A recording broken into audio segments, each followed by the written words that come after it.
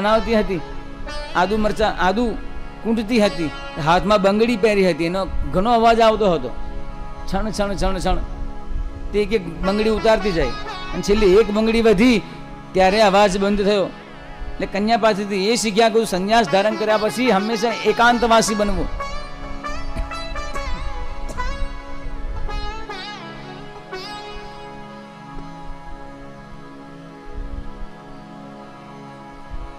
અસંગતાનો ગુણ એ કન્યા પાસેથી શીખ્યા. સંતોએ એકાંતવાસી બની ભગવાનનું ભજન કરવું જોઈએ. પછી એક બાળકને ગુરુ બનાવ્યા. નાનો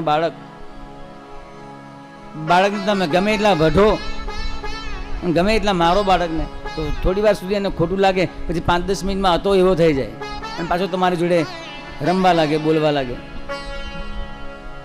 ન મે માનાવમાનૌસ્તો ન ચિંતા ગેહ પુત્રીણામ આત્મક્રીડા આત્મરતિર વિચરામિહ બાલવત. સંન્યાસ ધારણ કર્યા પછી બાળકને જેમ વિચરણ કરવું. કોઈ અપમાન કરે તો એનું ખોટું ન લગાડવું, કોઈ માન કરે તો બહુમાન ન બની જવું, બહુ આનંદમાં ન આવી જવું. અને છેલ્લે 25મો ગુરુ પોતાના શરીરને બનાવ્યા. દેહો ગુરુર મમ વિરક્ત વિવેક હેતુર. આ શરીર એ મારો ગુરુ છે. જન્મ પહેલા આપણું કોઈ નહોતું. જેવો જન્મ લીધો એટલે માતા પિતા કે આ કોનો દીકરો છે, કે મારો દીકરો છે. ધીરે ધીરે ભણવા માટે સ્કૂલમાં જાય તો સાહેબ કે આ કોનો શિષ્ય છે, તો કે મારો શિષ્ય છે.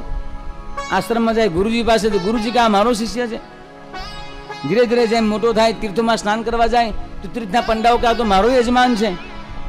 શરીરમાં અનેક નાના મોટા જૂ ઇત્યાદિ જીવો રહેતા હોય, એ જીવો કે આ અમારું મકાન છે.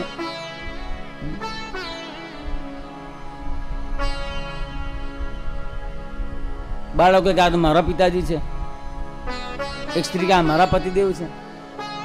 એટલે એક જ શરીર લઈને જન્મ્યા છે, પણ કેટલા બધા ભાગમાં વહેંચાયેલું, થોડો વિચાર કરો ધ્યાનથી.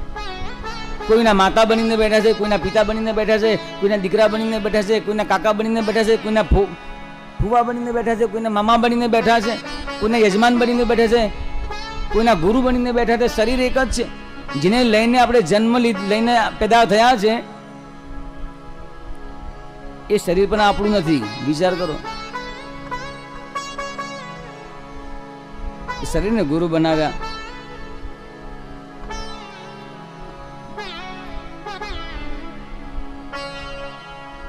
એ શરીર પણ આપણું નથી, એનું સુંદર ધ્યાન હોવું જોઈએ. આ શરીર ક્યારે નષ્ટ થશે એનો કોઈ ભરોસો નથી. ગુણગ્રાહી દૃષ્ટિ મહામુનિ દત્તાત્રેય જેવી હોવી જોઈએ. જો ગુણના ચશ્મા પહેરો તો દરેકમાં તમને ગુણ દેખાય, દોષના ચશ્મા પહેરો તો દરેકમાં તમને દોષ દેખાય. બોલો જય શ્રી કૃષ્ણ. દાદા પેપર વાંચતા હતા. પેપર વાંચતા વાંચતા કીડી દેખાણી પેપર ઉપર. એટલે દાદી માને અવાજ લાગ્યો, એ ભાગ્યવાન, આજે ટેબલ બરાબર સાફ કર્યું નથી લાગતું. તો કે કેમ? આ કેટલી કીડીઓ ફરે છે. આ પેપરમાં પણ કેટલી કીડીઓ છે જુઓ તો ખરા. તો કે લાવો જરા સાફ કરી દો. પેપર લઈ જઈને બહાર ખંખેરવા લાગ્યા. ખંખેરીને પાછું આપ્યું, લો વાંચો. ભાગ્યવાન હજુ નથી થયું બરાબર જુઓ. તો ફરી ખંખેરીને સાફ કરીને આપ્યું. ભાગ્યવાન હજુ કીડીઓ નથી ગઈ. તો માતાજીએ જરા ધ્યાનથી ચશ્મા ઉપર જોયું તો ચશ્મા ઉપર કીડી ફરતી હતી. તમે એવું શું માંડ્યું છે? આ ચશ્માને સાફ કરો પહેલા.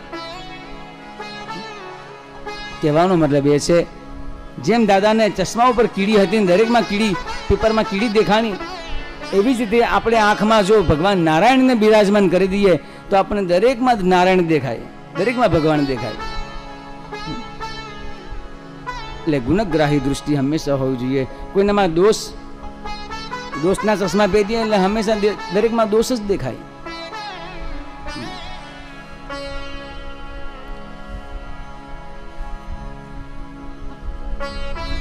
પછી લૌકિક અને પારલૌકિક ભોગોનું વર્ણન કર્યું. ભક્તના લક્ષણ જે આપણે આગળ સાંભળી ગયા એ જ બધી વાતો ભગવાને ઉદ્ધવજીને સંભળાવી.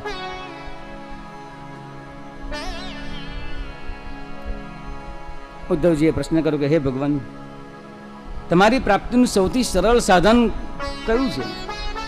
ભગવાન કહે, હે ઉદ્ધવ, સૌથી સરળ સાધન હોય એ સત્સંગ છે. જે જીવ સત્સંગ કરશે એ ઝડપથી એમને શીઘ્રતાપૂર્વક પ્રાપ્ત કરી લેશે. એકવાર ભગવાને બ્રહ્માજી અને સનકાદિક ઋષિઓની વચમાની ચર્ચા ઉદ્ધવજીને સંભળાવે. એકવાર સનકાદિક ઋષિઓ બ્રહ્માજીને પૂછવા લાગ્યા કે ગુણેશમાં વિશિતે ચેતો ચેતસી ચ પ્રભો કથમ અન્યોન્ય સંત્યાગો મુમુક્ષો રતિતીર્ષો. હે પ્રભુ, હે ભગવાન, ચિત્ત આ વિષયોમાં અને વિષયો ચિત્તમાં હંમેશા ભટકતા રહે છે અને અનેક વર્ષો જન્મનો અભ્યાસ છે. તો આ ચિત્તને વિષયોમાંથી કેવી રીતે હટાવવું અને વિષયોને ચિત્તમાંથી કેવી રીતે હટાવવું, એને મને ઉત્તર આપો. બ્રહ્માજી વિચારમાં પડી ગયા, શું ઉત્તર આપું? બ્રહ્માજી ઉત્તર ન આપી શક્યા તો તક્ષક ભગવાને એક હંસનું રૂપ ધારણ કર્યું, હંસાવતાર ધારણ કર્યો. બોલો હંસ ભગવાન કી જય. હંસાવતાર ધારણ કરી એ સનકાદિક ઋષિને ઉત્તર આપવા લાગ્યા. ભગવાન કહે કે ચિત્ત અને વિષય બંને આત્માથી ભિન્ન પદાર્થ છે. આત્મા સાથે એમને કોઈ જ સંબંધ નથી, બંને અલગ અલગ છે. પરંતુ જન્મ જન્માંતરના અભ્યાસને કારણે આ ચિત્ત વિષયોમાં ભટક્યા કરે છે અને વિષયો ચિત્તને છોડતા નથી. તે ચિત્ત એટલે શું? તો કે અનુસંધાનાત્મક વૃત્તિ મદંતઃકરણમ ચિત્તમ. જેવી રીતે એક તીર બનાવવા વાળો, અમને આપણે શું લુહાર વાત સાંભળી, જેટલા ધ્યાનથી તીર બનાવે છે એવું જે ધ્યાન ધરે એનું નામ ચિત્ત.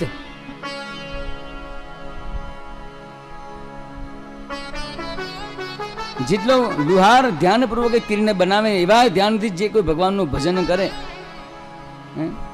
એ ચિત્તને ભગવાનમાં ચોંટાડી દે તો આપોઆપ એ ચિત્ત વિષયોથી દૂર થઈ જાય. અને હે સનકાદિક ઋષિઓ, જો ચિત્તને વિષયોમાંથી હટાવવું હોય ને એનો એક જ ઉપાય મારું માત્ર ધ્યાન.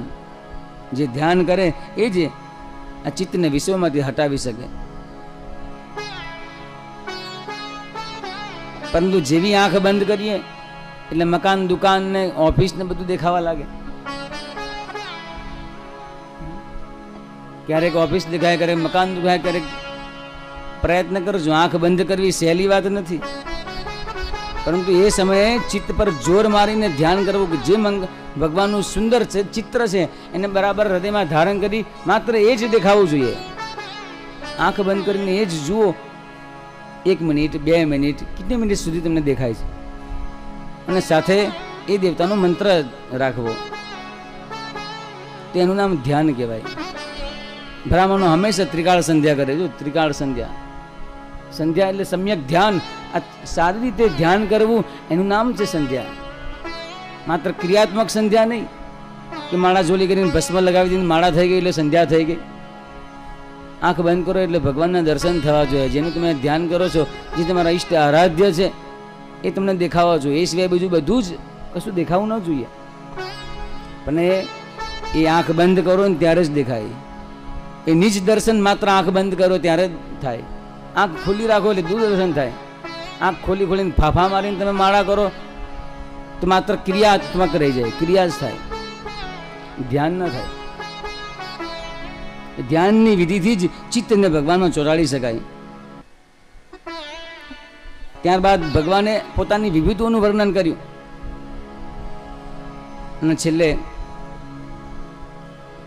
ઉદ્ધવજીને પણ કહેવા લાગ્યા કે વાસુદેવો ભગવતામ ત્વંતુ ભાગવતે સ્વહમ. તમે પણ ભાગવતોમાં એક મહાન ભાગવત ઉદ્ધવજી, તમે પણ મારી જ એક વિભૂતિ છો.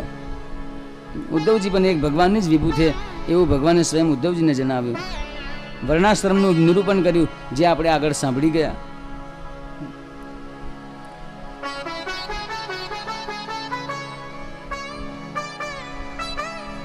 કેટલાક પ્રશ્નો પૂછ્યા ઉદ્ધવજીએ કે ગુણ કોને કહેવાય, દોષ કોને કહેવાય, ગુણ ને દોષની વ્યાખ્યા શું, યમ કેટલા પ્રકારના છે, નિયમ કેટલા પ્રકારના છે. તે આગળ જે આપણે 5 પ્રકારના યમ અને 5 નિયમ સાંભળી ગયા, અત્યારે ભગવાન અહીંયા 12 પ્રકારના યમ અને 12 નિયમોનું વર્ણન કરે. દરિદ્ર કોને કહેવાય? જીતેન્દ્રિય પુરુષ કોને કહેવાય? દરિદ્રો યશ ત્વસંતુષ્ટ. દરિદ્ર એને કહેવાય કે જે અસંતુષ્ટ છે, જેને દરિદ્રતા કહેવાય. કપટી કોને કહેવાય? કૃપાણુ કોને કહેવાય? કે જે અજીતેન્દ્રિય છે, એને કપટી કહેવાય. ગુણ કોને કહેવાય? દોષ કોને કહેવાય? કે ગુણ દોષ દુર્શિર દોષો ગુણસ્તુ ભયવર્જિત. કોઈનામાં ગુણ પણ નહીં જોવા, કોઈનામાં દોષ પણ નહીં જોવા, આ મોટા મોટો ગુણ કહેવાય.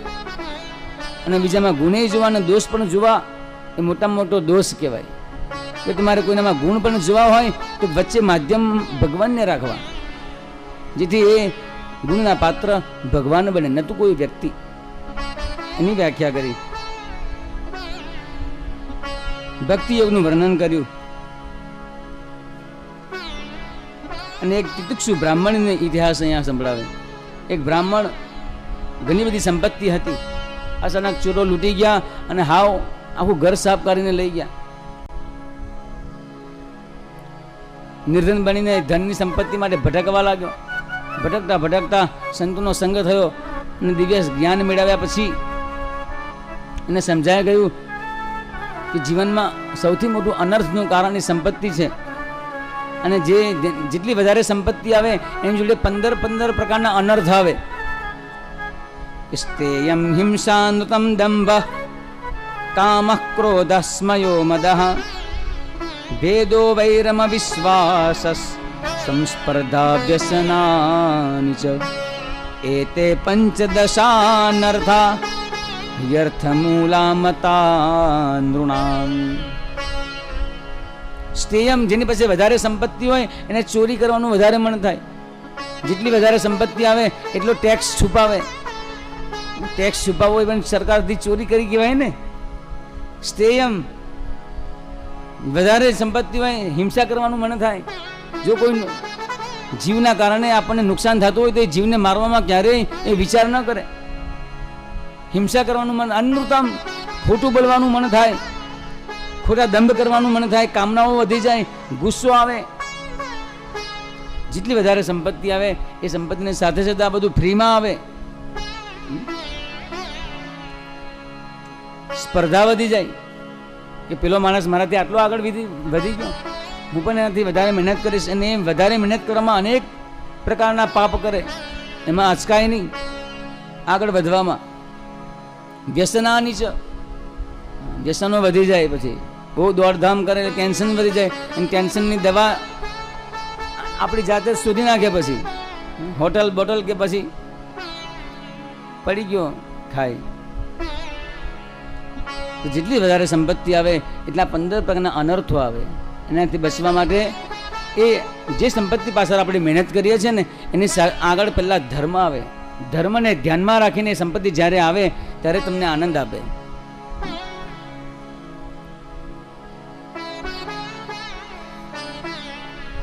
સાંખ્ય યોગનું વર્ણન જે આપણને કપિલ ભગવાનના મુખેથી આપણે સાંભળ્યું.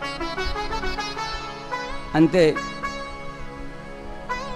ભગવાને ઉદ્ધવજીને કીધું, હે ઉદ્ધવજી, તમે આ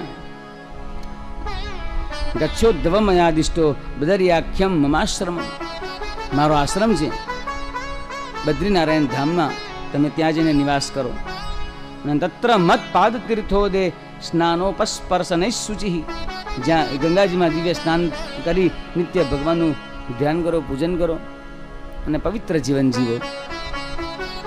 ઉદ્ધવજીએ કીધું, પ્રભુ, આજે તમે મને આ દિવ્ય જ્ઞાન આપ્યું છે, એ જ્ઞાન દ્વારા મારો મોહ અને મદથી ઉત્પન્ન જ્ઞાન આજે દૂર થઈ ગયું. એ જ્ઞાનરૂપી અંધકાર એ દૂર થઈ ગયો. વિદ્રાવિતો મોહ મદાંધકારો. અને ભગવાન ઉદ્ધવજી બદ્રી નારાયણ ધામ તરફ નીકળ્યા. ભગવાન તમામ યદુવંશીઓને લઈને પ્રભાસપાટણ ક્ષેત્રમાં ગયા. યદુવંશીઓ બધાએ ત્યાં પ્રભાસપાટણ ક્ષેત્રમાં જઈ બ્રાહ્મણોને ખૂબ દાન પુણ્ય કર્યું છે. દાન પુણ્ય કરી કન્યાઓનું પણ દાન કર્યું. અંતે મદિરા મસ્ત બની મદિરાનું પાન કર્યું. અને મદિરાનું જેવું પાન કર્યું બધા ભાન ભૂલ્યા છે. બધા જ યાદવો એકબીજાને લડવા લાગ્યા. હવે એ પ્રભાસપાટણ ક્ષેત્રના સમુદ્રના કિનારે મોટું મોટું એરકા નામનું ઘાસ ઉગેલું, જે દર્ભ જેવું અત્યંત તીક્ષ્ણ આવે. માણસને ગળા ઉપર ફેરવવામાં આવે તો ગળું કપાઈ જાય એટલું ભયંકર તીક્ષ્ણ ઘાસ. બીજા ભાષામાં ઘોડા ઘાસ પણ કહેવામાં આવે. એ ઘાસ દ્વારા એકબીજાને મારવા લાગ્યા. અને આજે તમામ 56 કરોડનો ભગવાનનો પરિવાર હતો. જોતામાં ચતુઃપંચા વશિષ્ઠ માત્ર 4-5 વધ્યા, બધા સમાપ્ત થઈ ગયા. ભગવાન સમજાવવા જાય તો ના સમજ્યા. બલરામજી પણ સમજાવવા માટે ગયા, બલરામજીની વાત ન માની. ભગવાને કીધું, હે બલરામજી, હવે આપણે આ લીલા સંપન્ન કરી આપણે આપણા ધામમાં જવાનું છે. તત્ક્ષણ બલરામજીએ પોતાના નિજ સ્વરૂપમાં પધાર્યા, શેષ સ્વરૂપમાં, અને ધરતીમાં જમીનમાં અંદર પોતે સમાહિત થઈ ગયા. બોલો બલરામ ભગવાન કી જય. આ બાજુ ભગવાન એ પ્રભાસ પતંગ ક્ષેત્રની અંદર પગ પર પગ ચડાવીને પોતે બેઠા હતા. અચાનક એક શિકારી પારધીએ ભગવાનના પગને હરણ જેવું સમજી, હરણનું મુખ સમજી તીર ચલાવ્યું અને ભગવાનના ચરણમાં એ તીર લાગ્યું. શિકારી જેવો નજીક આવ્યો તો ભગવાન ચતુર્ભુજ સ્વરૂપમાં ભગવાન હતા.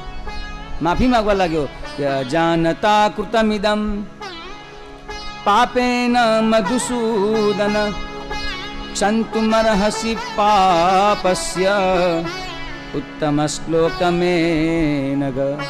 હે ભગવાન, મારાથી અજાણતા આ તીર તમને લાગ્યું છે, મારા અપરાધને ક્ષમા કરો. ભગવાન કહે, હે પારધી, મા ભૈર્જરે તમુત્તિષ્ઠ, ડરીશ નહીં, ઊભો થા અને આ બધું કામ છોડ અને સીધો મારા ધામમાં જા. વિચારો, કોઈ જ એવું કામ નથી કર્યું આ શિકારી કે જે વૈકુંઠનો અધિકારી બને, પરંતુ ભગવાનની ઈચ્છા થઈ મોકલી દીધો વૈકુંઠમાં, સદેહ વૈકુંઠમાં મોકલ્યો. પારધીએ પણ ભગવાનની તન પરિક્રમા કરી. ત્રિપરિક્રમ્ય તન્નત્વા વિમાનીને દિવાઈએ જવું. વિમાનમાં બેસીને ભગવાનના દિવ્ય વૈકુંઠ ધામમાં પહોંચ્યો. આ બાજુ દારૂક નામના સારથીને કીધું કે જાઓ, તમામ દ્વારિકાવાસીઓને સાવધાન કરો કે આજથી 7મા દિવસે ભયંકર પ્રલય આવશે અને આખી દ્વારિકાપુરી સમુદ્રમાં ડૂબી જશે. તમામને કહો કે તમે દ્વારિકા નગરી ખાલી કરી દો.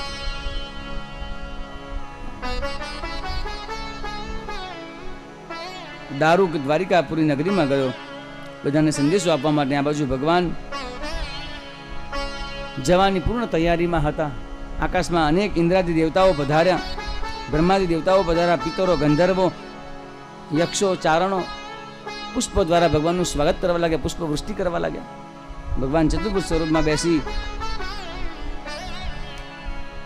અચાનક ભગવાનના એ શરીરમાંથી દિવ્ય જ્યોતિ પ્રગટ થઈ. અને જેવી દિવ્ય જ્યોતિ પ્રગટ થઈ, જેમ આકાશમાં વીજળી થાય અને અદૃશ્ય થઈ જાય, એમ ભગવાનમાંથી દિવ્ય તેજ પુંજ પ્રગટ થયું અને અચાનક અદૃશ્ય થઈ ગયું. ક્યાં ગયું એ તેજ? એટલે સ્વકીય યદ ભવે તેજસ તચ્ચ ભાગવતે દધાત. એ દિવ્ય જ્યોતિ આ ભાગવતની સંહિતામાં સમાહિત થઈ ગઈ. એટલા માટે તેને એમ વાંગમયી મૂર્તિ પ્રત્યક્ષા વર્તતે હરે હે.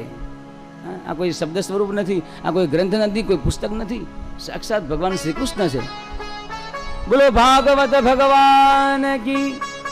જે કલિયુગના કલિશુદ્ધ વાતાવરણમાં જીવતા જીવોનું કલ્યાણ કરવા માટે જ આ દિવ્ય અવતાર ભગવાને ધારણ કર્યો છે. કેટલાક લોકો ભગવાનની ખબર પડી કે ભગવાન આ લીલા સંપન્ન કરી પોતાના ધામમાં ગયા છે, તો કેટલાક ભગવત પ્રેમી ભક્તો ભગવાનના વિયોગને સહન ન કરી શક્યા, તત્ક્ષણ બધા મૃત્યુ પામ્યા.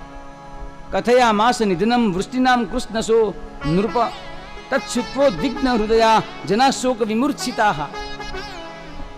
ભગવાનના વિયોગને ન સાંભળી લોકો મૂર્છિત થઈ ગયા, બેભાન થઈ ગયા, કેટલાક મૃત્યુ પામ્યા.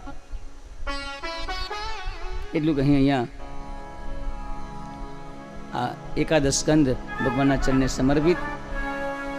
12મો સ્કંદ જેમાં માત્ર 13 અધ્યાય છે, એમાં કલયુગના રાજાઓનું વર્ણન કર્યું. કલયુગમાં કેવા રાજાઓ થશે? નિર્બીજા પૃથ્વી નિરૌષધિ રસા નીચા મહત્વંગતા રાજા નિજ કર્મ ધર્મ રહિતા વિપ્રા કુમાર્ગે ગતા ભાર્યા ભર્તૃ વિરોધિની પરરતા પુત્રા પિતુર્દ્વેષિણો હા કસ્તં ખલુ વર્તતે કલિયુગે ધન્યામૃતા યે નરાહ. આજે કલયુગને તમે જુઓ, પૃથ્વીમાંથી જે અન્ન ઉત્પન્ન થાય છે, આજે બહુ જ અન્ન ઓછું થઈ ગયું. જેટલો પાક થવો જોઈએ ને એટલો પાક થતો નથી. એનું કારણ શું? તો કે પાપ. આગળ આપણે કથા સાંભળી ગયા પૃથ્વીરાજાની. જેમ જેમ પાપ વધે ને એમ પૃથ્વીમાંથી અન્ન ઉગવાનું બંધ થઈ જાય. આપણે જોઈએ છીએ અત્યારે નિર્બીજા પૃથ્વી નિરવ સધીરસા. અને જે અન્ન ઉગે છે એ અન્નમાં મીઠાશ નથી, બધું હાઇબ્રિડ અનાજ થઈ ગયું. પહેલા જે મીઠાશ અન્નમાં હતી અત્યારે મીઠાશ નથી મળતી. નીચા મહત્વંગતા. જે લોકો અક્ષરાણાં ગતિર્નાસ્તી, જે લોકો કશું જાણતા જ નથી રાજનીતિ શું છે, એવા લોકો દેશનું પાલન પોષણ કરે છે, ચલાવે. અત્યારે તો ખૂબ સારું છે. રાજા નિજ ધર્મ કર્મ રહિતા, જે દેશને ચલાવે છે એ બધા ધર્મ કર્મ રહિત છે. બ્રાહ્મણો કુમાર્ગે ગતા, બ્રાહ્મણો ધીરે ધીરે કુમાર્ગ તરફ વળશે. ભાર્યા ભર્તૃ વિરોધની, સ્ત્રી જ પોતાના પતિનો વિરોધ કરશે અને પરરતા, બીજાની જોડે પ્રેમ કરશે અને પતિની જોડે વિરોધ કરશે. પુત્રા પિતૃ દ્વેષિનઃ, આજે પોતાના જ બાળકો પોતાનો વિરોધ કરશે. બાળકો પણ કયામાં નહીં રહે. એટલે હા કષ્ટમ ખલું વર્તતે. આ કલયુગમાં બહુ જ કષ્ટ છે. જે લોકો મૃત્યુ પામ્યા છે એ લોકો ધન્ય છે. વિવાહનું એક જ સ્વરૂપ રહી જશે, જેને જે ગમશે એની જોડે વિવાહ કરશે. એ પછી પોતાના વર્ણના હોય, નાતના હોય કે નાત જાત કશું જોવામાં નહીં આવે. જેને જે ગમે એની જોડે વિવાહ કરશે. દાંપત્ય વિરુચિર હેતુર માયૈવ વ્યવહારિકે વિપ્રત્ય સૂત્રમે વહી. જેને જનોય ધારણ કરી છે પોતાને કહે છે હું બ્રાહ્મણ છું. શું ગોત્ર કયું, પ્રવર કયા, કયો વેદ છે એના હાથે કોઈ મતલબ નહીં. બસ જનોય ધારણ કરી છે અમે બ્રાહ્મણ છે. અને પાંડિત્ય ચાપલમ વચઃ, જે બોલવામાં બહુ હોશિયાર હશે એનો પંડિત, લોકો એને પંડિત માનશે. ભજન હાથે કોઈ મતલબ નહીં રહે. જે લોકો બોલવામાં ખૂબ હોશિયાર હશે એને લોકો પંડિત માનશે. ધીરે ધીરે ધીરે સાધુત્વ દંભ એ પછી સંત મહાત્માઓમાં પણ પાખંડ વધતું જશે. ખૂબ પાપ વધશે ત્યારે જીવોનું આયુષ્ય પણ ઘટી જશે. માત્ર 30 વર્ષ ને 20 વર્ષની પરમ આયુ રહેશે. 7 વર્ષની કન્યા બાળકને જન્મ આપશે. ધીરે ધીરે કરતા વર્ણાશ્રમવતામ ધર્મે નષ્ટે વેદ પથેનું નામ. વર્ણ અને આશ્રમ બંને નષ્ટ થઈ જશે. કોઈ બ્રાહ્મણ ને કોઈ ક્ષત્રિય ને બધું મિક્સ થઈ જશે બધું. અને જ્યારે ધીરે ધીરે ધર્મ ઉપર વધારે પ્રહારો થતા રહેશે ત્યારે ભગવાન અવતાર લેશે. ધર્મત્રાણાય સત્વેન ભગવાન નવતરિષ્યતિ. ત્યાં ઉત્તર પ્રદેશના મુરાદાબાદ જિલ્લામાં સંભલ નામનું ગ્રામ છે. સંબલ ગ્રામ મુખ્યસ્ય બ્રાહ્મણસ્ય મહાત્મનઃ ભવને વિષ્ણુ યશઃ કલ્કી પ્રાદુર્ભવિષ્યતિ. વિષ્ણુ યશ બ્રાહ્મણના ઘરે ભગવાન કલ્કી બનીને પધારશે. બોલો કલ્કી ભગવાન કી જય. અને દેવદત્ત નામના ઘોડા ઉપર બેસીને માત્ર 3 દિવસની અંદર તમામ અસુરોનો, યવનોનો વધ કરી આ ધરતીને પુનઃ સત્યુગની સ્થાપના કરશે. જ્યારે કલયુગના 800 વર્ષ શેષ રહી જશે ત્યારથી સત્યુગનો પ્રારંભ થઈ જશે. અને કલાપક નામનું ગ્રામ છે, જે બદ્રીનારાયણ ધામ યાત્રા બધાએ કરી જ હશે કદાચ. એ બદ્રીનારાયણ ધામથી ઉપર જાઓ તો કલાપક ગ્રામ છે. એ કલાપક ગ્રામની અંદર આપણે આ શરીર લઈને ન જઈ શકીએ. એ કલાપક ગ્રામમાં દેવાપી અને મરુ નામના 2 રાજાઓ ઈશ્વાકુ વંશના છે. એ આજે પણ ત્યાં તપસ્યા કરે છે, તપ કરે છે. તપમાંથી એ લોકોને ઉઠાડી સત્યુગની પ્રારંભ કરશે. સૂર્યવર્ષ અને ચંદ્રવર્ષની પુનઃ સ્થાપના કરશે.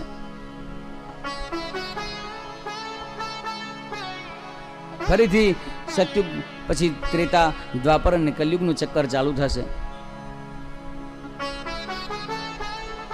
સુખદેવજી મહારાજ પરીક્ષિતને કહે કે પરીક્ષિત, જો ખરેખર આ કલયુગથી બચવું હોય ને એનો એક જ ઉપાય છે, ભગવાનનું નામ સંકીર્તન.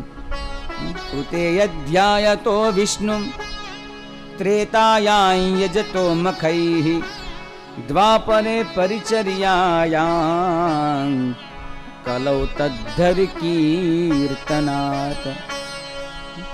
સતયુગ આદિ યુગોમાં વર્ષો સુધી ધ્યાન કરો ત્યારે ભગવાન પ્રસન્ન થતા. ત્રેતા યુગની અંદર મોટા મોટા યજ્ઞ કરો ત્યારે ભગવાન પ્રસન્ન થાય. દ્વાપરમાં પરિચર્યાયામ જ્યારે જીવોની સેવા કરો ત્યારે ભગવાન પ્રસન્ન થતા. પરંતુ એ જ સુકૃત, એ જ પુણ્ય કલૌ તદ્ધરિ કીર્તનાથ, એ જ ભગવાન આજે કીર્તન કરવા માત્રથી પ્રસન્ન થઈ જાય. ને વિષ્ણુ સહસ્ત્ર, ગોપાલ સહસ્ત્ર, તમને જે સહસ્ત્ર નામ આવડે એ ઘરમાં થવા જોઈએ, નામ સંકીર્તન થવું જોઈએ, તો ભગવાન જલ્દી પ્રસન્ન થાય, રાજી થાય.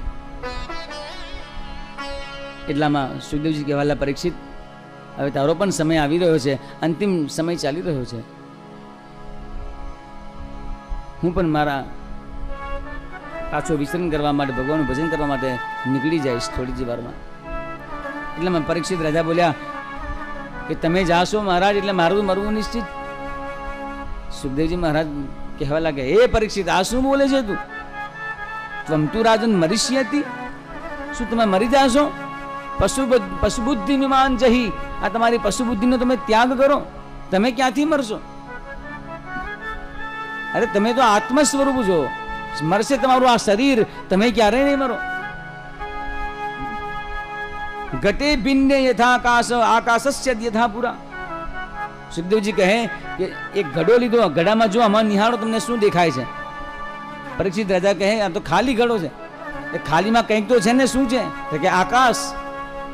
હવે ઘડાને ફોડી નાખો તમે. એ ઘડાને ફોડી નાખ્યો, એ આકાશ ક્યાં ગયું? ઘડામાં રહેલું તો કે મહાકાશમાં વિલીન થઈ ગયું.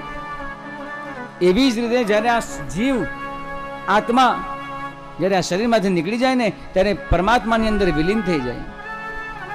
શરીર નષ્ટ થાય છે, આત્મા ક્યારેય નષ્ટ નથી થતો. નૈનન છિંદંતી શસ્ત્રાની, નૈનન દહતી પાવક, નચિનં ક્લેદયંત્યાપો, નશોષયતિ મારુતઃ. આત્મા ક્યારેય મરતો નથી, આત્મા અમર છે. એવં દેહ મૃતે જીવો બ્રહ્મ સંપદ્યતે પુનઃ. એટલે આ જીવ આત્મા એ બ્રહ્મ સ્વરૂપ છે. એટલે તમે અહમ બ્રહ્મ પરમ ધામ, હું બ્રહ્મ છું, પરમ ધામ છું, બ્રહ્માહમ પરમમ પદમ, એવું તમે બ્રહ્મનું ચિંતન કરો, ધ્યાન કરો. ન દ્રક્ષસી શરીરંચ વિશ્વંચ પૃથગાત્મન. આ તક્ષક આવશે તમારા શરીરને કરશે, તમારે આત્માને નહીં. ત્યારે સુખદેવજી મહારાજને પરીક્ષિત કહેવા લાગ્યા, મહારાજ સિદ્ધોસ્મી અનુગ્રહિતોસ્મી. આજે તમારા વચનો સાંભળીને હું પરમ સિદ્ધ બની ગયો છું, પરમ પાવન બની ગયો છું. પછી વંદન કર્યા, સુખદેવજી મહારાજ ત્યાંથી નીકળ્યા, આશીર્વાદ આપીને ત્યાંથી નીકળી ગયા.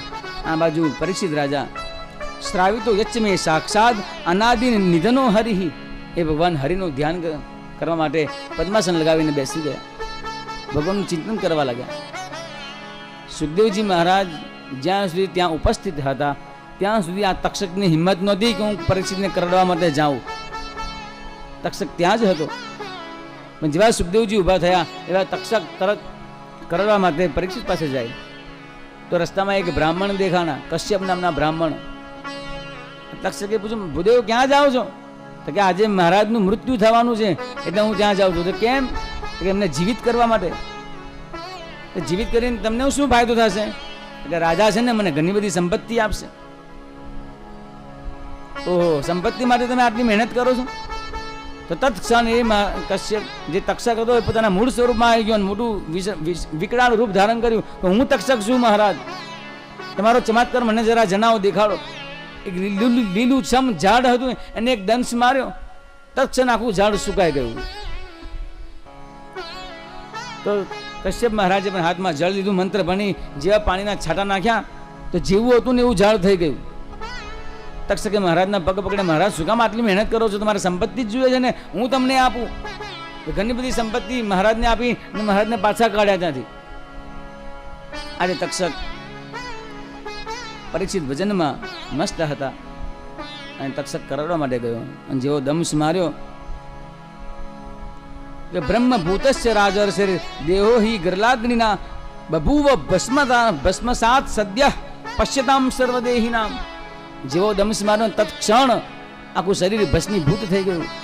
તો વિચાર કરો એ તક્ષકની કેવી પ્રબળ વિષાગ્નિ હશે. ભસ્મ, આખું શરીર ભસ્મ થઈ ગયું.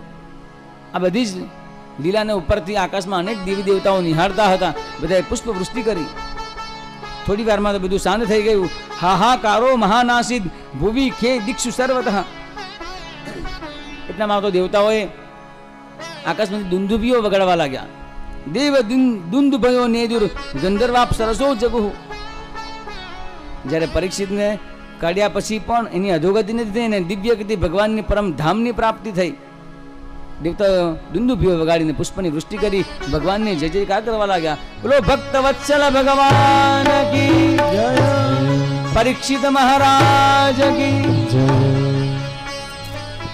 દિવ્ય ગતિને પ્રાપ્ત થઈ. પરંતુ આ પરીક્ષિતનો જે સૌથી મોટો પુત્ર જન્મેજય હતો એને ક્રોધ આવ્યો. એને સર્પસત્રનો પ્રારંભ કર્યો. સર્પસત્ર એટલે કે સર્પ યજ્ઞ, સર્પોની આહુતિઓ આપવા લાગ્યો મોટા મોટા. દેવગુરુ બૃહસ્પતિ આવીને સમજાવવા લાગ્યો, હે પુત્ર, તું આ શું કરી રહ્યો છે? શું કામ પાપ કરે છે? જીવિતમ મરણમ જંતોર ગતિ સ્વેનૈવ કર્મણા. દરેકને પોતાના કર્મ અનુસાર જન્મ ને મૃત્યુ મળે છે. તારા પિતાનું કર્મ અનુસાર એને મૃત્યુ મળ્યું છે. બેટા, તું આ શું કરે છે? અને તું તક્ષકને મારવા માટે પ્રયત્ન કરે છે. તક્ષક ઇન્દ્રનો મિત્ર છે, એને અમૃત પીધેલું છે, એ અમર છે, ક્યારે મરે નહીં. જ્યારે દેવગુરુ બૃહસ્પતિએ સમજાવ્યા ત્યારે એ સર્પસત્રને બંધ કર્યો. પછી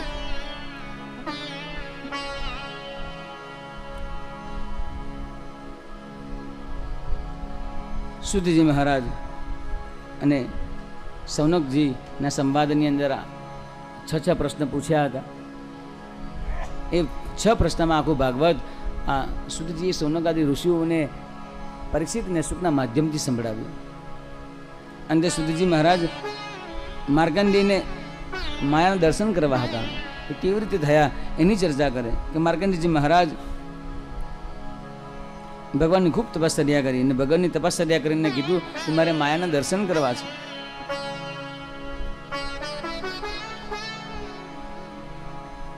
ત્યારે એક વાર જ્યારે પ્રલયનો સમય આવ્યો, એ પ્રલયની અંદર વર્ષો સુધી માર્કંડેય મુનિ પ્રલય જળની અંદર તરતા રહ્યા. એક દિવ્ય ગાય હતી. એ ગાયને પૂછડું પકડીને પ્રલયકાલીન જળની અંદર વર્ષો સુધી રહ્યા. એ ગાયનું દૂધ પીને પીતા રહ્યા અને જીવન જીવતા રહ્યા. એક દિવસ મોટો વિશાળ ટાપુ પર્વત દેખાણો ને પર્વત ઉપર મોટો વડનો ઝાડ હતું ને ઝાડના એક મોટા વડના ઝાડનું એક પરના હતું. એને પરના ઉપર સુંદર એક બાળક સૂતું હતું.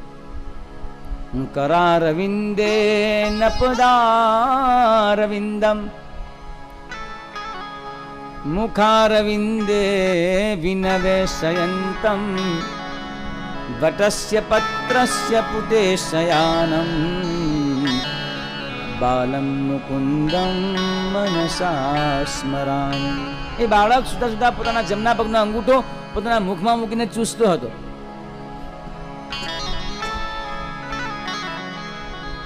માર્કંડેય ઋષિ વિચાર કરવા લાગ્યા કે આટલા બધા પ્રલયકાલીન જળની અંદર આજુબાજુ કોઈ દેખાતું તે બાળક આવ્યું ક્યાંથી? કોણ છે આ બાળક? લાવ જરા ઉપાડીને હું જોઉં. જેવા નજીક ગયા ને બાળકે જોરથી શ્વાસ લીધો તો બાળકના ઉદરમાં માર્કંડેય મુનિને ઘૂસી ગયા.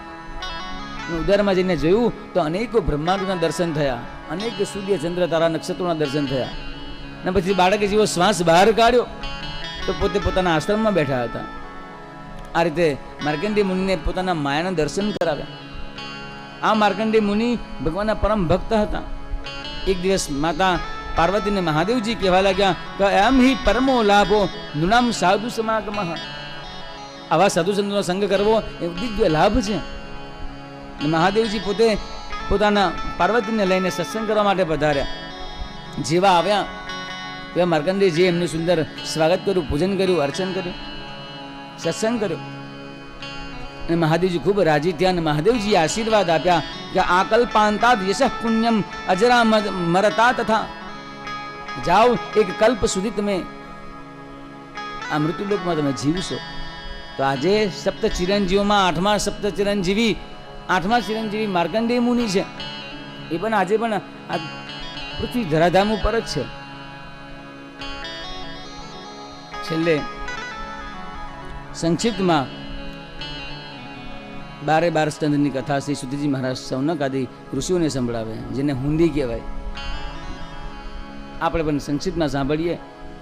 પ્રથમ સ્કંદ એ અધિકાર લીલા કહેવાય. એ આ ભાગવત સાંભળવાના અધિકારી કોણ છે એના વિશે વાત કહે કે જે એકદમ જેનું શુદ્ધ મન છે, નિર્મલ મન છે, એ શુદ્ધ મન વાળા જ, જેનામાં માત્સર્ય દોષ નથી, એવા જીવો જ આ દિવ્ય સંહિતાનું શ્રવણ કરી શકે. એ જ આ સંહિતાના અધિકારી છે. એ પ્રથમ સ્કંદમાં બતાવ્યું. બીજો સ્કંદ એ જ્ઞાન લીલા છે, જેમાં જ્ઞાન આપી ભગવાનનું ભજન કેવી રીતે કરવું. જીતાસનો જીતશ્વાસો જીતસંગો જીતેન્દ્રિય સ્થૂલે ભગવતો રૂપે મનસંધારે ધ્યા. ભગવાનને ભજન કરવાની વિધિ આપણને બતાવી. સૌથી પહેલાં આસનને જીતવું, પ્રાણ શ્વાસ પર નિયંત્રણ રાખવું, અસંગ બનવું, ઇન્દ્રિયોને વશમાં રાખવી, જીવ માત્રમાં ભગવાનના દર્શન કરવા. આટલું ધીરે ધીરે અભ્યાસ કરીએ ત્યારે ભગવાનનું ભજન થાય. એ દ્વિતીય સ્કંદમાં આપણને શીખવાડ્યું. તૃતીય સ્કંદ જેને સર્ગલીલા કહેવાય, જેમાં 33 અધ્યાયો છે, જેમાં 10 પ્રકારની સૃષ્ટિનું વર્ણન કર્યું. ચોથો સ્કંદ વિસર્ગ લીલા કહેવાય, જેમાં 31 અધ્યાય છે, જેમાં ધર્મ અર્થ કામ અને મોક્ષ. ધર્મમાં સતીચરિત્ર, અર્થમાં ધ્રુવચરિત્ર, કામમાં પૃથુચરિત્ર અને મોક્ષમાં પુરંજન ઉપાખ્યાન સંભળાવી. એ ચતુર્થ સ્કંદ પણ ભગવાનના ચરણે સમર્પિત. પાંચમો સ્કંદ એને સ્થાન લીલા કહેવાય, જેમાં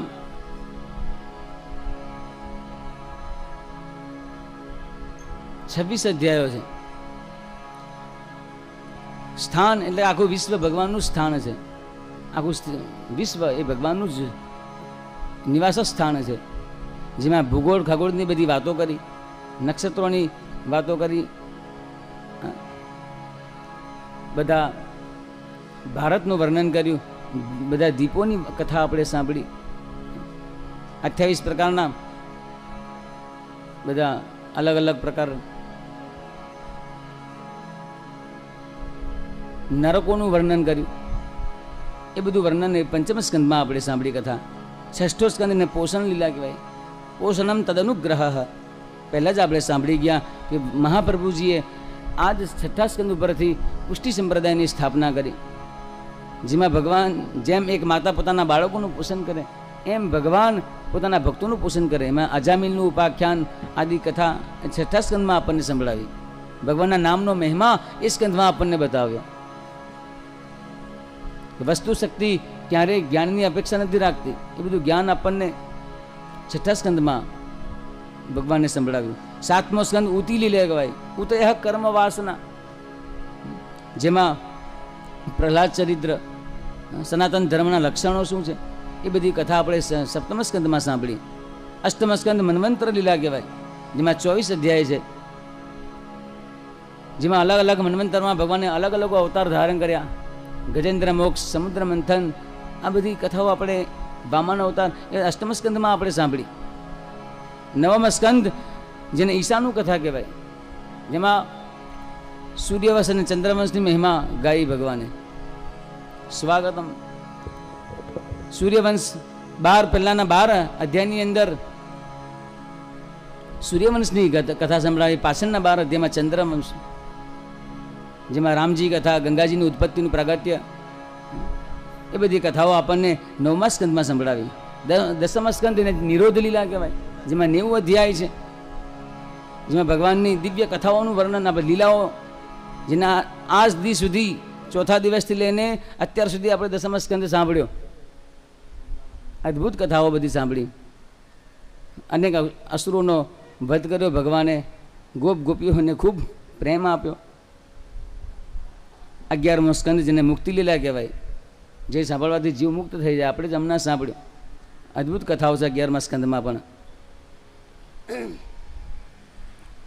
અને 12મો સ્કંદ એને આશ્રય લીલા કહેવાય. આશ્રય કોણ? કે દરેક જીવનો એક જ આશ્રય છે, એ ભગવાનનું ભજન. એટલે આશ્રય એટલું કહી અહીંયા હુંડી ભગવાનના ચરણે સમર્પિત. અંતિમ અધ્યાય 13મો અધ્યાય. અને આ ભાગવત સંહિતાનું પારાયણ ક્યાં કરવું અને શું પ્રાપ્ત થાય એનું પણ અહીંયા 12મા અધ્યાયના છેલ્લા 60મા શ્લોકમાં ભગવાન કહે સુતજી મહારાજ કે પુષ્કર, મથુરા અને દ્વારિકામાં જે લોકો આ દિવ્ય સંહિતાનું પારાયણ કરે એ તમામ પઠિત્વા મુચ્યતે ભયાત, તમામ પ્રકારના ભયથી નિર્ભય બની જાય. અંતે સુધીજી મહારાજ એ ઠાકોરજીને પ્રાર્થના કરે, વંદન કરે. યમ બ્રહ્મા વરુણેન્દ્ર રુદ્રમરુતસ સ્તુન્વન્તિ દિવ્યૈસ્તવૈર વેદૈ સાંગપદક્રમોપનિષદૈર ગાયન્તિ યં સામગાઃ ધ્યાનાવસ્થિત તદ્ગતેન મનસા પશ્યન્તિ યં યોગિનો યસ્યાંતન્ન વિદુઃસુરાસુરગણા દેવાય તસ્મૈ નમઃ. જેનું બ્રહ્મા, વરુણ, ઇન્દ્ર, મરુદગણો આદિ દિવ્ય ઉચ્ચ સ્વર દ્વારા, દિવ્ય સ્તુતિઓ દ્વારા ભગવાનની નિત્ય નિરંતર સ્તુતિ કરતા રહે છે. મોટા મોટા મુનિઓ ભગવાનનું નિત્ય નિરંતર ધ્યાન કરતા રહે છે. પશ્યંતી યોગિનઃ, યોગીઓ એ દિવ્ય પરમાત્માને પોતાના અંતરાત્મામાં ધ્યાન દ્વારા નિહાળી રહ્યા છે, જેનો અંત ક્યારેય જાણી નથી શકાતો.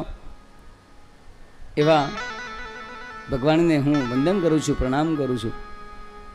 યશ્યાંતન્ન વિદુઃ સુરા સુરગણા, સુર હોય કે અસુર હોય, કોઈ પણ ભગવાનનો અંતના આરંભ શું છે જાણી નથી શકતા. એવા પરમાત્માને હું વંદન કરું છું. દેવાય તસ્મૈ નમઃ. અને તે ભાગવતની મહિમા ગાવા લાગ્યા કે જેમ નિમગ્નાનાય યથા ગંગા દેવાનામ અચ્યુતો યથા વૈષ્ણવાનાય યથા શંભુઃ પુરાણાનામ ઇદં તથા. તીર્થોમાં સૌથી પહેલા કોઈ શ્રેષ્ઠ નામ આવે તો ગંગાજીનું પહેલું નામ બોલાય.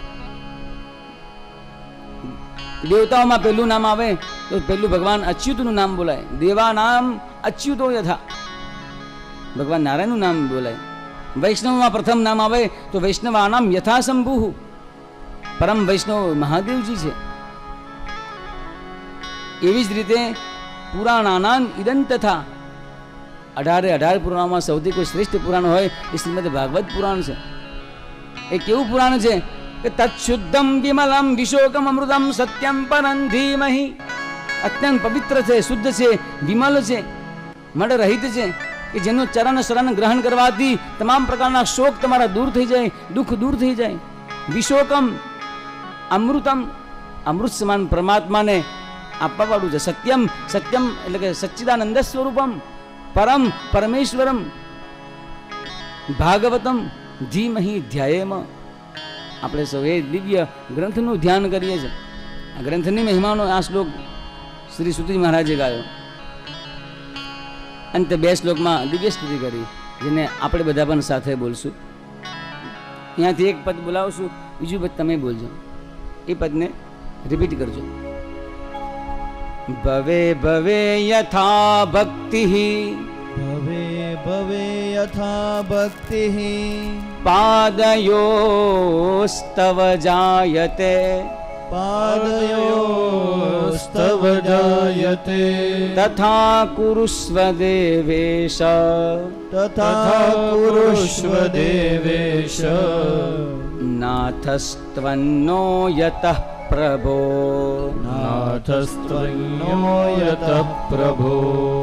એનો અર્થ એવો થાય છે કે ભવે ભવો યથા ભક્તિ. પ્રભુ ભવે ભવના અમારે જે પણ યોનિમાં જન્મ મળે એ દરેક યોનિમાં તમારા ચરણ કમળની અમે ભક્તિ કરતા રહીએ. ભવે ભવે યથા ભક્તિ પાદયોસ્તવ જાયતે, તમારા ચરણ કમળની પ્રીતિ હંમેશા કોઈ પણ જન્મમાં, કોઈ પણ યોનિમાં હંમેશા બની રહે. દિવ્યનો અર્થ થાય છે. છેલ્લો શ્લોક.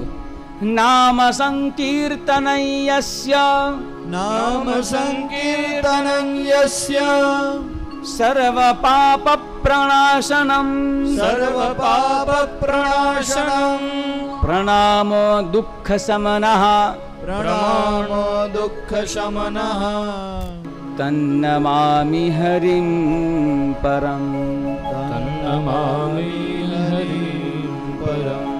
હે પ્રભુ, તમારું નામ સંકીર્તન કરવા માત્રથી તમામ પાપો બળીને ભસ્મ થઈ જાય. સર્વ પાપ પ્રણાશનમ, પ્રણામો દુઃખ શમન. તમને પ્રણામ કરવાથી તમામ દુઃખ દૂર થઈ જાય એવા હે હરિ પ્રભુ, હે સચ્ચિદાનંદ સ્વરૂપ, હું તમને પ્રણામ કરું છું, વંદન કરું છું. એટલું કહી અહીંયા આ દિવ્ય સંહિતા ભગવાનના ચરણે સમર્પિત. કલિયુગમાં માત્ર ભગવાનના ગુણગાનનું ખૂબ જ મહત્વ બતાવ્યું છે. 7 દિવસ સુધી તમને મારી મતિ અનુસાર આ દાસને ગુરુ શિષ્ય પરંપરા અનુસાર આ ગ્રંથ બનવાનો અવસર મળ્યો નથી. હું ગુરુજી પાસે જાઉં એક શ્લોક ગુરુજી બોલે ને હું ભણું, એ રીતે અવસર મળ્યો નથી. પરંતુ ગુરુ કૃપાથી થોડું ઘણું મળ્યું એ તમને મેં મારી મત અનુસાર પીરસવાનો મેં પ્રયત્ન કર્યો.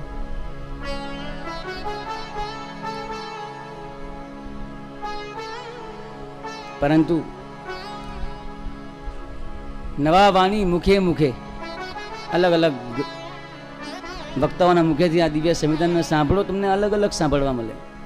વિચાર કરો, વર્ષોથી આ ગ્રંથ ગવાય છે, પણ દરેકના મુખેથી અલગ અલગ તમને સાંભળવા મળે છે. પુસ્તક એક જ, પરંતુ પ્રસ્તુત કરનાર અનેક છે. દરેકના મુખેથી તમને અલગ અલગ નવી નવી કથા લાગે. જ્યારે પણ સાંભળો તમને નવું જ કંઈ જાણવા મળે. એટલે મહાપુરાણ છે. નહીં સર્વમ વિજાનાતી, બધાને બધું તો કાંઈ આવડે નહીં, પણ ગુરુ કૃપાથી જે કંઈ થોડું ઘણું મારી પાસે હતું એ મેં તમને મારી મતિ અનુસાર સમજાવવાનો પ્રયત્ન કર્યો છે. જે સારું લાગ્યું છે બધું જીવનમાં ઉતારવાનો પ્રયત્ન કરજો. 7 દિવસમાં માત્ર 7 વાત તો કમસે કમ યાદ રહી જ હશે. 7માંથી 7 ન રહે તો એક વાત પણ યાદ રાખજો, માત્ર નામ સંકીર્તન. એ પણ ન થાય તો મુરલીવાળાને જરૂર યાદ કરજો નિત્ય. એ પણ એક નામ સંકીર્તન જ છે. તો પણ આ આપણું ભાગવત સાંભળવું એ સાર્થક બન્યું કહેવાય.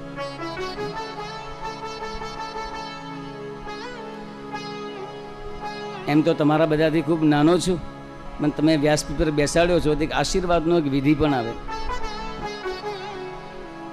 દર્શનભાઈ અને દર્શનાબેન આ તાંગ પરિવારે જે હેતુથી આ દિવ્ય આયોજન કર્યું છે એ આ ઠાકોરજી એમનો સંકલ્પ પરિપૂર્ણ કરે એ ભગવાનને પ્રાર્થના કરું. અને જેટલા લોકો સાંભળવા માટે આવ્યા છે એ સર્વેત્ર સુખિનઃ સંતુ, સર્વે સંતુ નિરામયા, સર્વે ભદ્રાણિ પશ્યન્તુ, મા કશ્ચિત દુઃખ ભાગ ભવેત. બધા જ એ ભગવાનને હૃદયમાં ધારણ કરી પોતાનું જીવન સુખમય બનાવે, બધા સુખી થાય, બધા નિરોગી બને, હંમેશા કલ્યાણકારી કર્મોના દર્શન તમારી આંખો કરતી રહે. તમારા જીવનમાં તમારા ભાગ્યમાં લખેલું દુઃખ આ ભગવાન હરિ ભગવાન એ હંમેશા માટે હરી લે એવા આપ સૌને આશીર્વાદ. બે ક્ષણમાં આપણે આભાર વિધિ પ્રગટ કરીએ. સૌથી પહેલા તો ભગવાનનો આભાર આપણે વ્યક્ત કરીએ કે સૌથી પહેલા એ ઠાકોરજીએ આપણને સૌને અહીંયા ભેગા કર્યા આ નીમલેન્ડ સેન્ટોસામાં. 7 દિવસ સુધી લગાતાર આપણે કોઈ પણ વિઘ્ન વગર આનંદપૂર્વક આ દિવ્ય કથાને આપણે શ્રવણ કરી. એ ભગવાનની કૃપા વગર અસંભવ છે. અનેક વિઘ્નો આવે. એવા ભાગવતજીનો સૌથી વધારે પહેલો આપણે ઉપકાર માનીએ કે સચ્ચિદાનંદ સ્વરૂપ ભાગવતજીના કારણે આપણે સૌ આ નીમલેન્ડની અંદર એક મંડપમાં છત્રછાયામાં ભેગા થઈને બેઠા છે, ભગવાનની ચર્ચા કરીએ છીએ. એ ભગવાનની કૃપાથી આ દિવ્ય અવસર આપણને તમને સાંભળવાનો, મને કહેવાનો અવસર મળ્યો. બીજો આભાર આપણે ગુરુજીનો માનીએ. ગુરુજીએ આદેશ કર્યો કે ભાગવત તમે કરાવજો, અને સાથે સાથે દિવ્ય લાભ મને આપ્યો. એ ગુરુજીને ખૂબ ખૂબ કે તમે મને આ યોગ્ય ગણ્યો આ ભાગવત સંહિતા માટે, એમનો હું ખૂબ આભાર વ્યક્ત કરું. ત્રીજો આપણે દર્શનભાઈ અને દર્શનાબેન જ્યારે ઘરે પધાર્યા ત્યારે મને એક જ વાત કીધી, અમને ગુરુજીનો આદેશ છે ને તમારું નામ લીધું છે. ગુરુજી અમને એમ કે બેટા ખાડામાં કૂદી જા, તો અમે ગુરુજીને એમ ના પૂછીએ કે કેમ કૂદી જઈએ, મેં તત્ક્ષણ આંખો બંધ કરીને ખાડામાં કૂદી જઈએ. આવી પૂર્ણ શ્રદ્ધા, પૂર્ણ વિશ્વાસ સાચું છે. જેટલી તમે શ્રદ્ધા રાખો, જેટલો વિશ્વાસ રાખો, એ હંમેશા ફળે. નિમંત્રણ આપવા માટે દર્શનભાઈ અને દર્શનાબેન પધાર્યા, સાથે મામી પણ આવ્યા હતા મારા.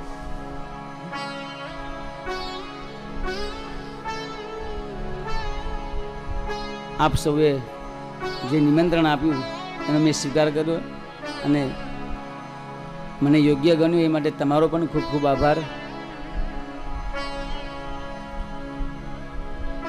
ભાગવતના આયોજનમાં સૌથી વધારે વિશેષ પરિશ્રમ જે કર્યો હોય ને તમારા વિનાયકભાઈ. જ્યારથી તારીખ નક્કી થઈ ને ત્યારથી વિનાયકભાઈ આના આયોજનમાં અને બહુ કઠિન છે, એટલું સહેલું નથી. એનું લિસ્ટ બનાવવું, બધું પદાર્થોને ભેગા કરવા. ને વિનાયકભાઈએ ખૂબ સાથ સહકાર આપ્યો. યજમાનને બહુ કષ્ટ ન પડવા દીધો. આપણને સૌને ખબર છે. એ વિનાયકભાઈને પણ ખૂબ ખૂબ આભાર.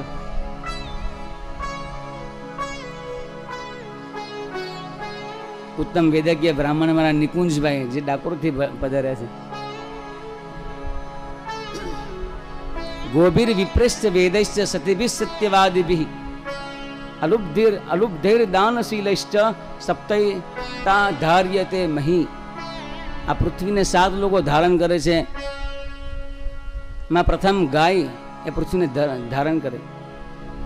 બીજા નંબરમાં વિપ્ર કોને કહેવાય કે વેદ પાઠાત ભવેદ વિપ્ર. જે વેદ વૈદિક મંત્રોનું જે જ્ઞાન કરે એને બ્રાહ્મણ વિપ્ર કહેવાય. એવા નિત્ય વેદ પારાયણ કરવા વાળા અમારા નિકુંજભાઈ મહારાજ પધાર્યા. એમનો પણ હું આભાર વ્યક્ત કરું છું કે અહીંયા બેસીને વેદો નારાયણો હરિ પાછળ બેઠા બેઠા મંત્રના પાઠ કર્યા, સંહિતાનું પારાયણ કર્યું ને સાથે ભાગવતજીનું પણ પારાયણ કરે છે બેઠા બેઠા. નિકુંજભાઈ પધાર્યા, એમનો પણ ખૂબ ખૂબ આભાર વ્યક્ત કરું ગેસ પીતું ઉપરથી. ત્યારબાદ અમારા નિત્ય રોજ સવારમાં પ્રાતઃ પૂજનમાં ચિંતનભાઈ, પછી તરુણભાઈ, અમારા કલ્પેશભાઈ રોજ સવારમાં વહેલા ઉઠી નિત્ય સંધ્યાવંદન કરી પોતે અહીંયા પ્રાતઃ પૂજનમાં પધારે. એ લોકોએ પણ ખૂબ સાથ સહકાર આપણને સૌને આપ્યો. એમનો પણ હું ખૂબ ખૂબ આભાર વ્યક્ત કરું છું. ત્યારબાદ જે તમને હું અહીંયાથી જે ગામને જે ઝીલતા હતા એ અમારા જૈમિની ઋષિ, એ અમારા પરમ મિત્ર છે અને સંબંધમાં શાળા પણ છે. અને અત્યારે હું તમને જે બધું જણાવું છું, જે ભાગવતની કથા કહું છું, મને શીખવાડનાર એ જૈમિની ઋષિ છે. એમની પાસેથી જ આ બધું જ્ઞાન લીધું છે અને આ બધું તમને અર્પણ કર્યું છે કે નહીં સર્વમ વિજાનાતિ. બધાને બધું તો ન આવડે, થોડું ઘણું મેં એમની પાસેથી પણ લીધું છે. અરે શરૂઆત જ એમનાથી થઈ છે. જ્યારે શરૂઆતમાં 2 અવસર મને રાજસ્થાનમાં મળ્યા હિન્દીમાં, એક તો હિન્દીમાં કથા કરવાની અને શરૂઆતમાં ભાગવત શું છે એ પણ નહોતો જાણતો. એવા સમયમાં રાત્રે 2-2:30 વાગ્યા સુધી જાગીને મારા માટે મહેનત કરતા હતા. એવા જૈમિની ઋષિનો હું ખૂબ ખૂબ આભાર વ્યક્ત કરું. સંગીતમાં તમને રોજ નિત્રત બંને મારા ભાઈઓ મનીષભાઈ અને કિશનભાઈ, મનીષભાઈ વૈદ્ય, કિશનભાઈ પટેલ, 7 દિવસ સુધી મને સહન કર્યો. ક્યારેક રાગમાં ચૂક થઈ જાય, ક્યારેક તાલમાં ચૂક થઈ જાય, તો પણ ગમે તે રીતે તમને ના ખબર પડે એ રીતે સેટ કરી દેતા અમારા મનીષભાઈ. અમને ખબર પડે ક્યાં અમારી તાલ લઈ ચૂકી ગયા છે. એવા મનીષભાઈ અને કિશનભાઈ જે લોકોએ પણ આપણને સાથ સહકાર આપ્યો, એમનો પણ હું ખૂબ ખૂબ આભાર અહીંયાથી વ્યક્ત કરું. મારો અવાજ તમારા સુધી પહોંચાડ્યો એવા નિલેશભાઈ વ્યાસ, સાઉન્ડ સિસ્ટમ વાળા, એમને પણ ખૂબ ખૂબ આભાર કે મારી આ વાણીને તમારા સુધી પહોંચાડી. એમને પણ આભાર વ્યક્ત કરું. અને જેમને આ દિવ્ય કથાને યુટ્યુબ પર લાઈવ પ્રસારણ કર્યું એવા હિમાંશુભાઈ મહેતા અને એમની ટીમ ખૂબ આનંદપૂર્વક ખાલી ફોટા જ નથી પાડ્યા, પણ હું એ પણ માર્ક કરતો હતો કે સાંભળે પણ છે. ક્યારેક ક્યારેક ધૂન વાગતી હોય અને ભજન થતું હોય તો એ પણ ડોલવા લાગે એમ આનંદમાં. એવા હિમાંશુભાઈને પણ ખૂબ ખૂબ આભાર વ્યક્ત કરું, જેમને આ દિવ્ય કથાને લોકો સુધી જન જન સુધી પહોંચાડવાનો પ્રયત્ન કર્યો. એમનો પણ ખૂબ ખૂબ આભાર. જે છત્રછાયામાં આપણે બેઠા છે એ મંડપ કેટલો સરસ તમે જુઓ. એ મંડપવાળા ભાઈ અહીંયાથી બાજુમાંથી નિહાળી રહ્યા છે આપણને સૌને. જો એમનો પણ ખૂબ ખૂબ આભાર. ભગવાન માટે આવું સુંદર તમે આ સ્ટેજ તૈયાર કર્યું. વ્યાસપીઠ પરથી તમારો પણ આભાર વ્યક્ત કરું.